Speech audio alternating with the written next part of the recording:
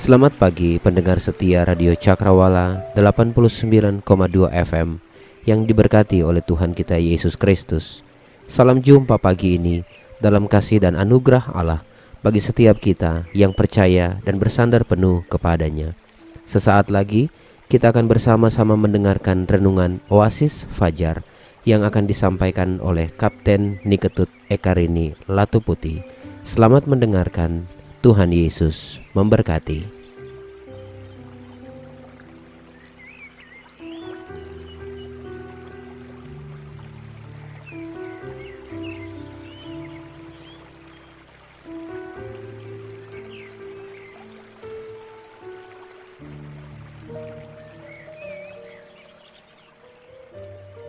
Selamat pagi, sahabat Radio Cakrawala yang dikasihi Tuhan. Terpujilah Tuhan karena di pagi yang indah ini kembali kita akan mendengarkan dan belajar kebenaran firman Tuhan melalui renungan Oasis Fajar. Namun sebelumnya, mari kita berdoa. Bapa kami yang di surga, hati kami limpah dengan ucapan syukur dan sukacita karena betapa Engkau sungguh baik dan mengasihi kehidupan kami. Ini terbukti ketika kami bangun hari ini dan masih dapat menghirup napas dan menikmati hari yang baru. Kami sadar itu karena kasih-Mu yang Engkau nyatakan dalam hidup kami. Kami akan belajar kebenaran firman-Mu. Kiranya Bapa menolong kami supaya hati kami dapat menjadi lahan yang subur sehingga firman-Mu dapat tumbuh dengan baik dan kami menghasilkan buah-buah yang manis dan memberkati orang lain. Tuntun dan bimbing kami dalam mempelajari firman-Mu ini ya Bapa. Di dalam nama Tuhan Yesus Kristus kami berdoa. Amin. Sahabat Radio Cakrawala yang dikasihi Tuhan, tema renungan Oasis Fajar hari ini adalah tak dikenal namun terkenal.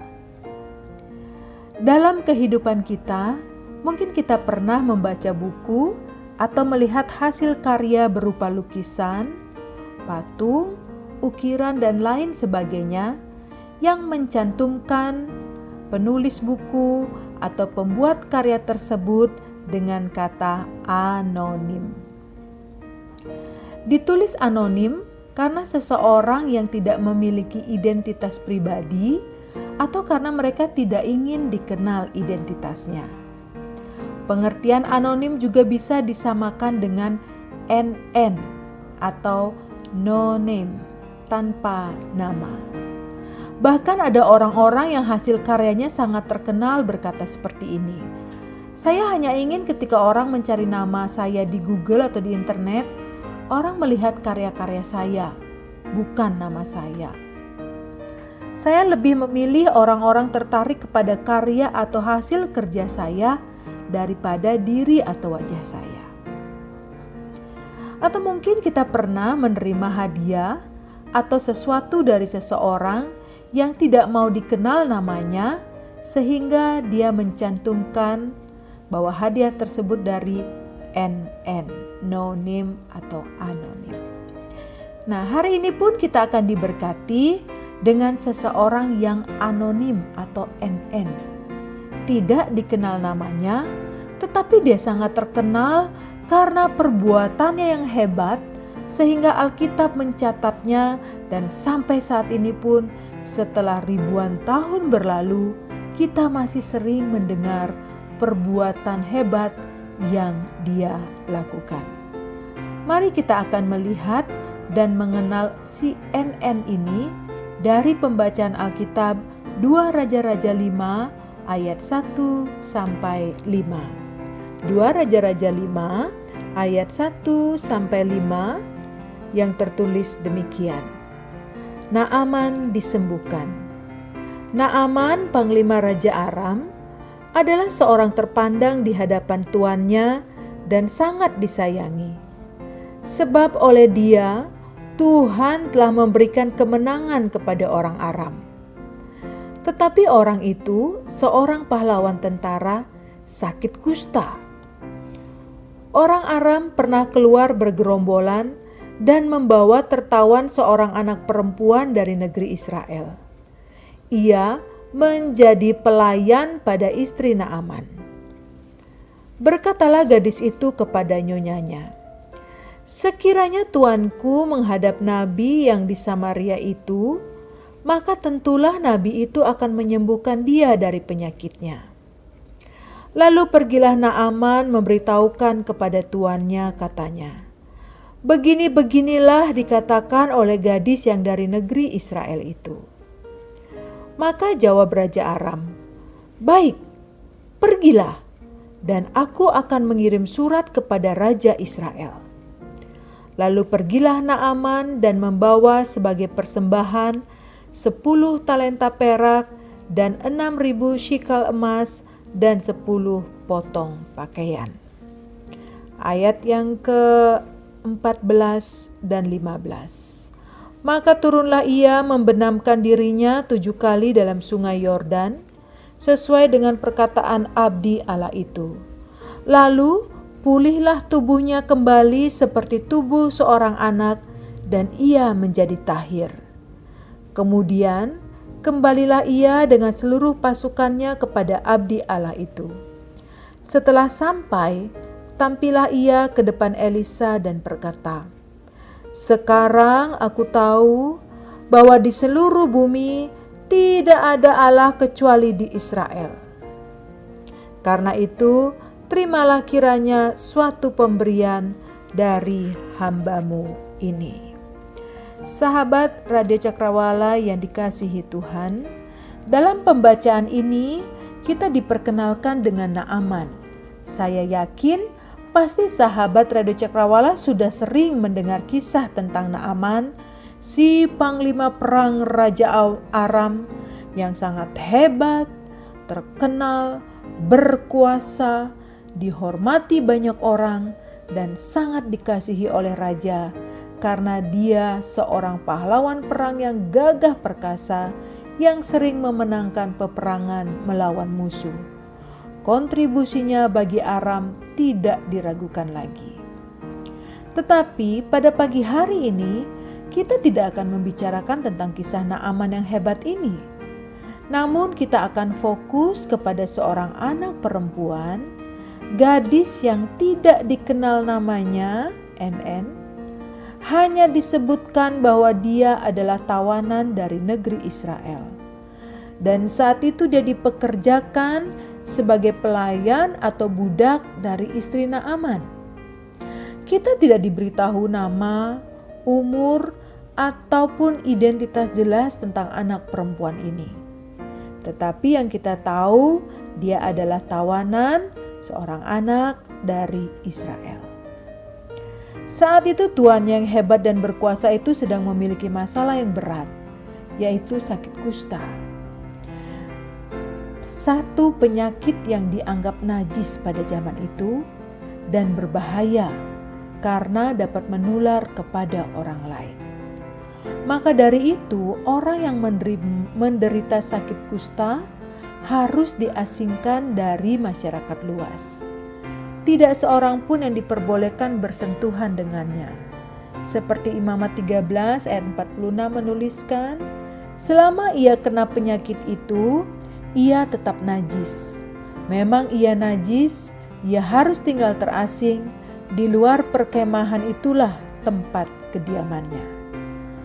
Bisa dibayangkan, seorang yang terhormat, berkuasa, terkenal dan hebat harus memiliki penyakit yang seperti ini.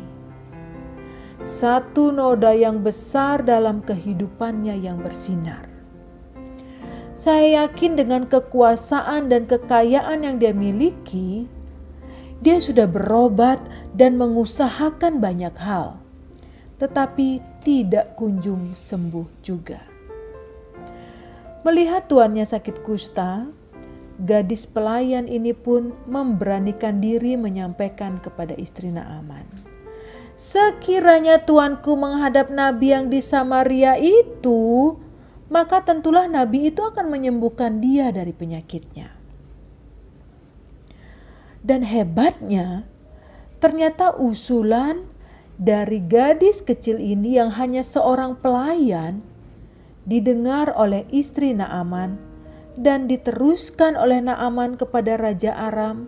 Raja Aram meneruskannya kepada Raja Israel, dan di akhir pembacaan kita ini, kita tahu pada akhirnya Naaman bertemu dengan Nabi Elisa dan dia disembuhkan. Kisah ini berakhir dengan happy ending atau bahagia. Betapa hebatnya apa yang Allah kerjakan melalui kehidupan gadis kecil yang tidak dikenal ini, tetapi karena perbuatannya nama Allah makin dikenal di kalangan bangsa-bangsa yang tidak mengenal Allah pada saat itu. Mari kita akan melihat dan belajar bersama-sama apa yang menyebabkan gadis kecil ini bisa dipakai secara luar biasa oleh Allah. Kalau kita melihat dari perkataan yang dia ucapkan kepada istri Naaman yang mengatakan, sekiranya Tuhan pergi menemui nabi yang tinggal di Samaria, pastilah nabi itu akan menyembuhkan Tuhan. Nabi yang dimaksudkan adalah Elisa. Sebagai anak orang Yahudi, ia tahu banyak tentang kedahsyatan kuasa Allah yang dinyatakan melalui mujizat-mujizat yang dilakukan oleh Elisa. Terlihat bahwa gadis kecil ini dibesarkan dalam keluarga yang takut akan Tuhan. Karena jelas sekali ia mempunyai pengetahuan yang cukup kuat akan Tuhan Allahnya. Sampai ia berani mengusulkan dan memberitahukan kepada tuannya bahwa ada nabi di Samaria yang dapat menyembuhkan sakit tuannya. Iman yang luar biasa yang dimiliki oleh gadis kecil ini. Meskipun ia harus tinggal jauh dari keluarganya dan dari negerinya, tetapi tidak membuat dia melupakan Allah yang dia sembah. Saya yakin orang tuanya tekun mengajarkan tentang Allah kepadanya seperti yang diperintahkan dalam Ulangan 6 ayat 6-7. Apa yang kuperintahkan kepadamu pada hari ini, haruslah engkau perhatikan, haruslah engkau mengajarkannya berulang-ulang kepada anak-anakmu dan membicarakannya apabila engkau duduk di rumahmu, apabila engkau sedang dalam perjalanan, apabila engkau berbaring, dan apabila engkau bangun. Sahabat pendengar Radio Cakrawala, sangat penting bagi kita untuk mengajarkan tentang Tuhan yang kita sembah kepada anak-anak kita sejak mereka usia dini. Amsal 1 ayat 7 mengatakan, takut akan Tuhan adalah permulaan pengetahuan. Dan Amsal 9 ayat 10, permulaan hikmat adalah takut akan Tuhan, dan mengenal yang Maha Kudus adalah pengertian. Takut akan Tuhan adalah dasar yang perlu diajarkan kepada anak-anak kita sehingga mereka mengerti cara menghormati Tuhan dan bertindak bijaksana sehingga mereka dapat membedakan mana yang benar yang sesuai dengan kehendak Allah dan mana yang salah yang tidak berkenan kepada Allah atau dosa.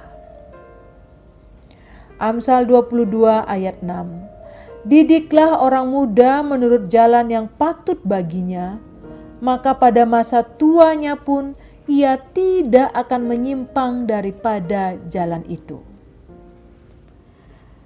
Jika kita merindukan agar anak-anak atau cucu kita atau keluarga kita menjadi orang-orang yang takut akan Tuhan, maka sediakanlah waktu bagi mereka untuk mengajar firman Tuhan.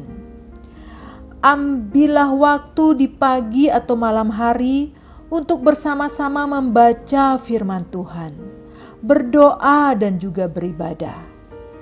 Jangan biarkan anak-anak kita bangun pagi tanpa kita mendoakan mereka.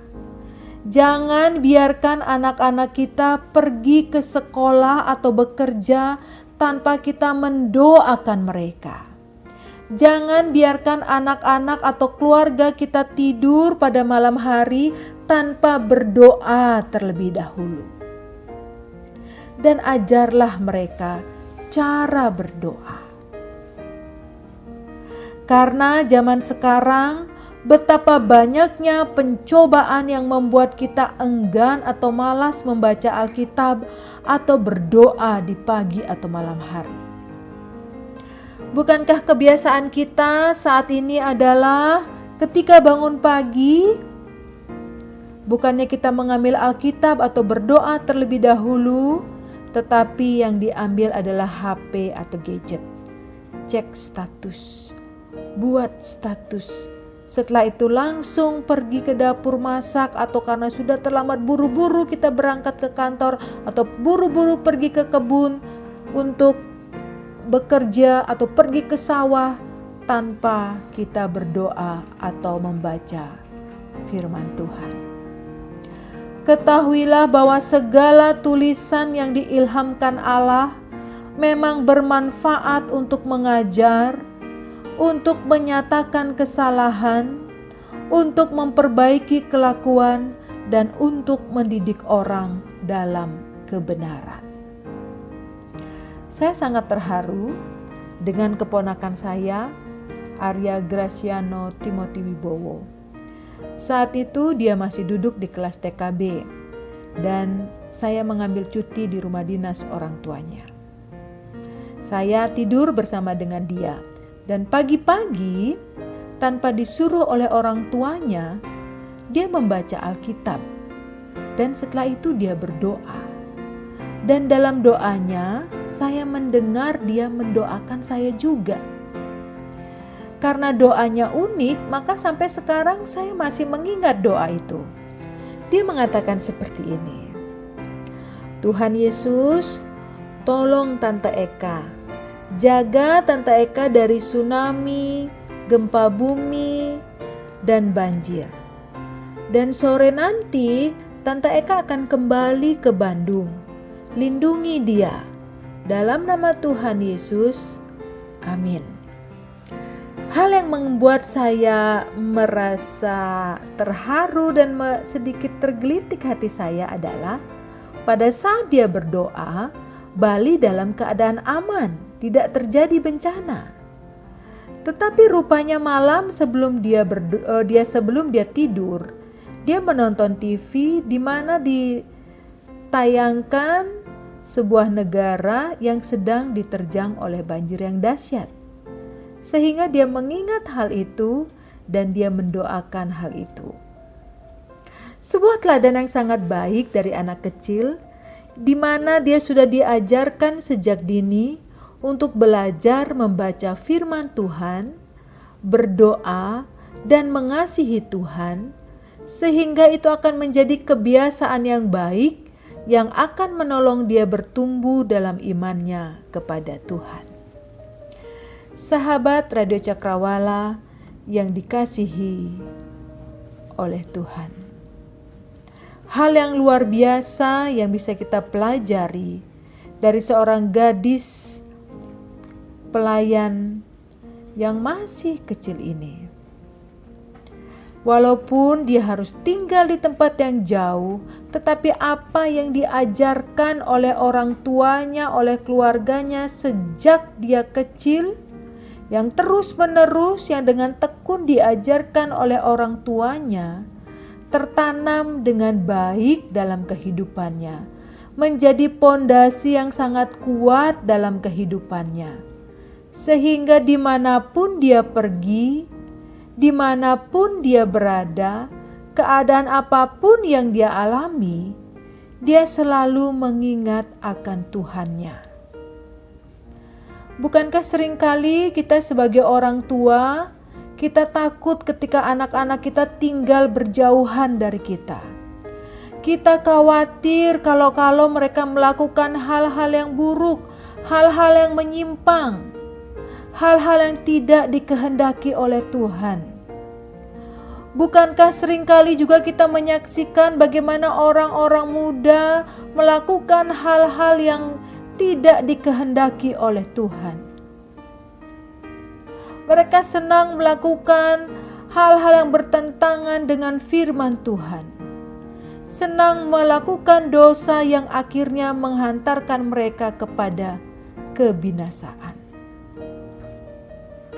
Oleh karena itu, sahabat Radio Cakrawala yang dikasihi oleh Tuhan, didiklah orang muda menurut jalan yang patut baginya, maka pada masa tuanya pun ia tidak akan menyimpang daripada jalan itu. Didiklah anak-anak kita atau orang-orang muda kita akan firman Tuhan, supaya ketika mereka berjalan, ketika mereka melangkah, ketika mereka melakukan segala sesuatunya, mereka akan melakukannya berdasarkan firman Tuhan. Karena seperti yang saya sampaikan tadi, firman Tuhan bermanfaat untuk mengajar seseorang, untuk seseorang mengerti akan kesalahan atau dosa yang dia buat, untuk mengajar seseorang memperbaiki kelakuan-kelakuan dia yang salah, dan untuk mendidik setiap orang supaya mereka bisa hidup di dalam kebenaran. Sebuah teladan yang baik yang kita bisa dapatkan pada pagi hari ini dari seorang gadis kecil yang tidak dikenal namanya, tetapi karena dia berjalan berdasarkan firman Tuhan, maka dia menjadi terkenal karena perbuatan-perbuatannya yang hebat. Dan dia terkenal sampai dengan hari ini, sehingga kehidupan kita diberkati olehnya.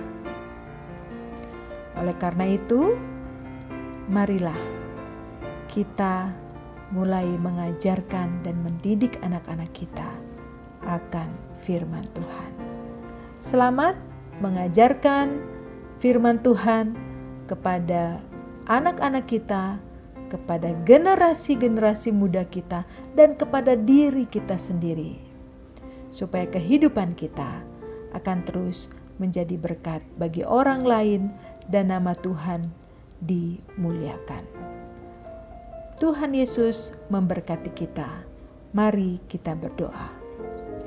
Bapa kami yang di surga, terima kasih hari ini kami dapat belajar kembali dan diingatkan untuk kami senantiasa setia dan tekun belajar firman-Mu dan mempraktekkannya dalam hidup kami sehari-hari. Ajar kami menjadi pribadi yang selalu mengasihi dan peduli kepada sesama kami. Dan biarlah ya Tuhan, Roh Kudus-Mu akan menolong dan memampukan kami untuk melakukannya dalam hidup kami sehari-hari. Berkati kami hari ini di saat kami akan melakukan aktivitas atau pekerjaan kami. Di dalam nama Tuhan Yesus Kristus kami berdoa dan kami bersyukur kepadamu. Amin.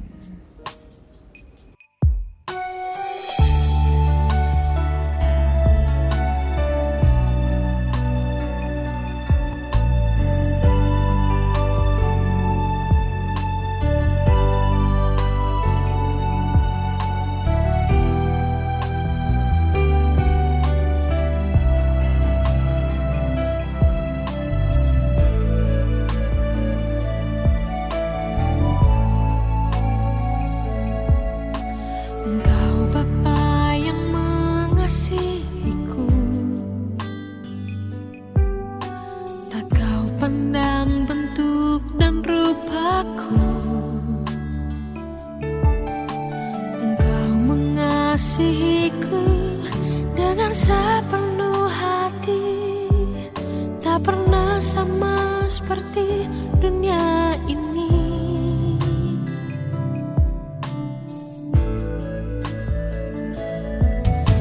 Engkau Bapa yang mengajariku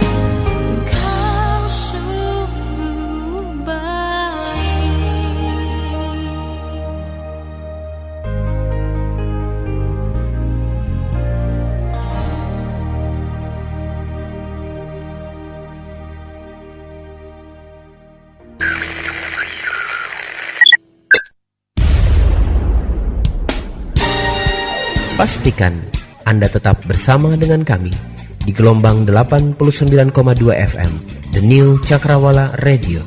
God bless us.